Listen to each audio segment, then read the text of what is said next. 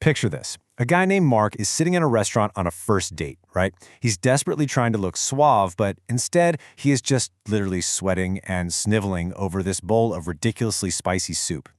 Now, cut to a completely different scene. A huge, muscular, tattooed biker is walking away with a hot chocolate covered in whipped cream and rainbow sprinkles. And it actually belongs to a woman named Kat. So what on earth do these two hilarious, totally cringe-worthy images have in common? Well, they're actually the perfect examples of how native English speakers naturally tell everyday stories.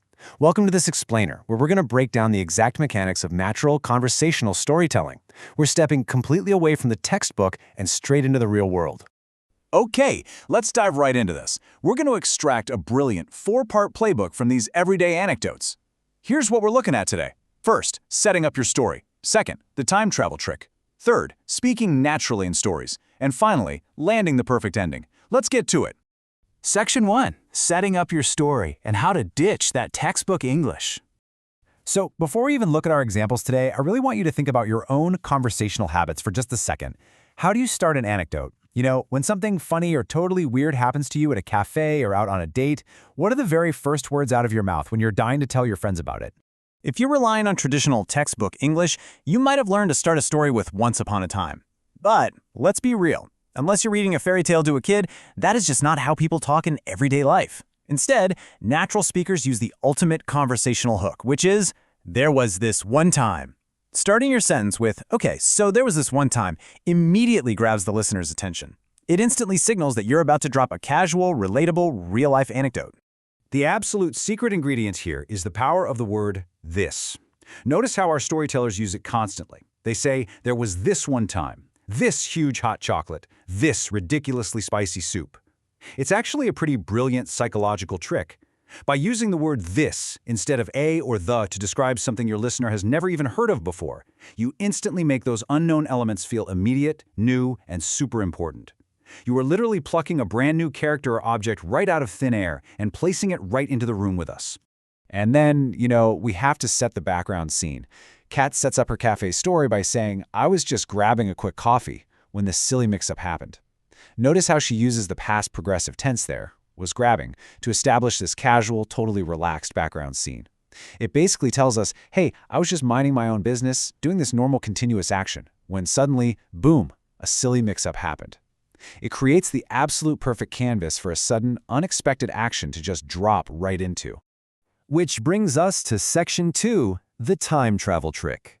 Now, this is the most crucial and honestly often subconscious trick native speakers use to build tension and excitement in a story. The timeline generally goes from the past continuous to set the scene, right? Then it takes a sudden leap into the present tense for the action, and then uses the present continuous for the climax. Basically, native speakers intentionally break standard grammar rules. They time travel from the past right into the present tense to make you feel the immediate danger, the comedy, or just the pure awkwardness, like you are right there experiencing it with them in real time. Now, what's really interesting about this is how Mark uses this exact time travel technique perfectly. He is talking about a date that happened entirely in the past, right? But right at the most shocking moment, he says, then he comes out with this ridiculously spicy soup. He abruptly switches to the present tense with comes out. By making this shift, he practically forces you to visualize that waiter emerging from the kitchen with that terrifying bowl of soup right in front of your very eyes. And Kat does the exact same trick. She shifts her grammar to say, so I'm ordering my usual iced coffee, but the barista starts handing me this huge hot chocolate.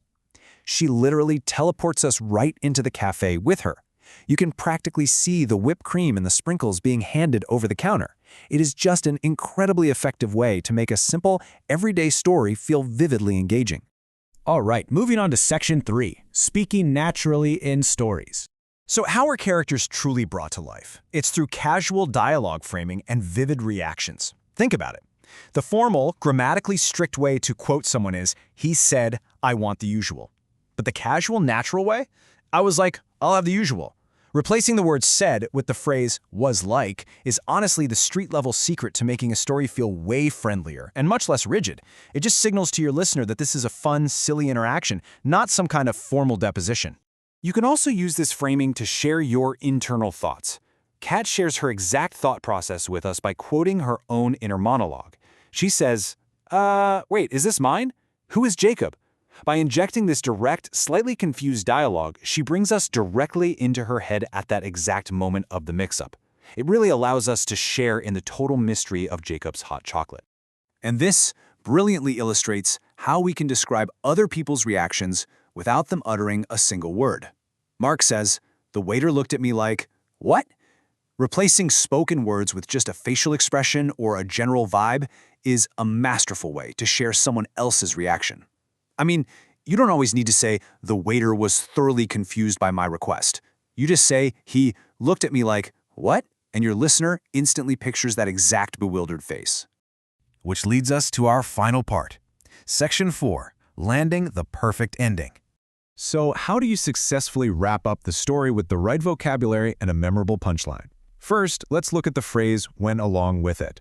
This simply means to pretend you know what is happening, or to just agree to something to avoid a super awkward situation. In Mark's story, he tried to bluff on his date by confidently ordering the usual, even though, remember, he'd only been to the restaurant twice. But instead of questioning him, the waiter simply went along with it. He pretended to understand, which perfectly set up the absolutely disastrous delivery of the food later.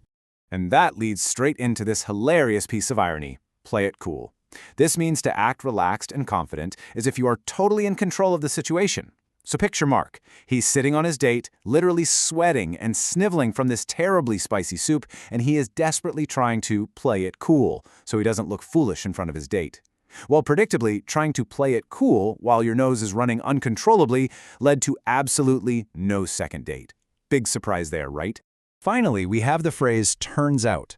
Native speakers use this all the time to state the final, often surprising, discovery in a story. Kat uses this perfectly to deliver her plot twist. Remember that big, muscular, tattooed biker who claimed the hot chocolate with sprinkles? Kat delivers the punchline, "Turns out we went to high school together." It's just a really quick, punchy way to reveal the final twist without over-explaining the ending. So the crucial point is this simple, four-step storytelling playbook we've uncovered from the source today. 1. Hook your listener with, "Okay, so there was this." 2. Shift right into the present tense for the action so your listener feels it happening right now. 3. Frame your casual dialogue with "was like." And 4. Drop that punchline with a phrase like "turns out." You can take this playbook and literally start using it immediately. Which leaves me with one final question for you. What is your ridiculously spicy soup story, and how are you going to frame it next time you tell it?